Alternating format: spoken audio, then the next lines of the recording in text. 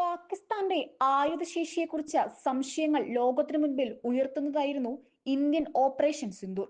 അതേസമയം ആയുധശേഖരത്തിൽ സമ്പന്നമായ ഇന്ത്യയുടെ പക്കൽ ശക്തിയേറിയ നിരവധി മിസൈലുകൾ ഉണ്ടെന്ന് തെളിയിക്കുകയും ചെയ്തു. ഇതിൽ വിദേശ നിർമ്മിതമായ സ്കാൽപ് മിസൈലാണ് പാകിസ്ഥാനിലെ ഭീകര കേന്ദ്രങ്ങളെ ലക്ഷ്യമിട്ട് ഇന്ത്യ വർഷിച്ചത്. അതിനായി ഉപയോഗിച്ചതാവട്ടെ റാഫേൽ വിമാനങ്ങളും. ബ്രിട്ടീഷ് എയ്റോസ്പേസും ഫ്രഞ്ച് കമ്പനിയുമായി മാത്രം ചേർന്നാണ് സ്കാൾപ് മിസൈൽ വികസിപ്പിച്ചത്. ബ്രിട്ടീഷുകാർ ഇതിനെ സ്റ്റാം ഷാഡോ എന്നും ഫ്രാൻസിൽ സ്കാൾപ് ഇജി എന്നും വിളിക്കുന്നു.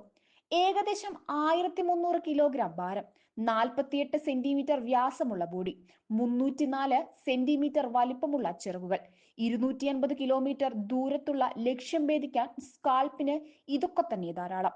36 റാഫേൽ വിമാനങ്ങൾ വാങ്ങുന്നതിന് വേണ്ടി 2016 ഇന്ത്യ ഫ്രാൻസുമായി ഒപ്പുവെച്ച കരാറിൽ സ്കാൾപ് മിസൈലുകൾ ഉൾപ്പെടുന്ന ആയുധ പാക്കേജുകളും ഉണ്ടായിരുന്നു. വ്യോമസേനയുടെ കൈവശമുള്ള ഓരോ റാഫേൽ യുദ്ധവിമാനങ്ങൾക്കും 2 സ്കാൾപ് മിസൈലുകൾ വഹിക്കാനുള്ള ശേഷിയുണ്ട്. ഇതൊരു ഫയർ ആൻഡ് ഫോർഗെറ്റ് മിസൈലാണ്.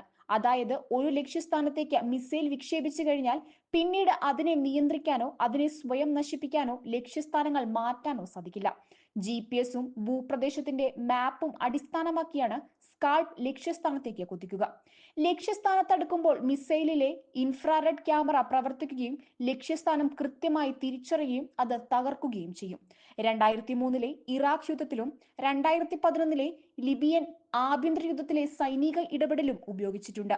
ഇപ്പോഴിതാ ഓപ്പറേഷൻ സിന്ധുവിലും.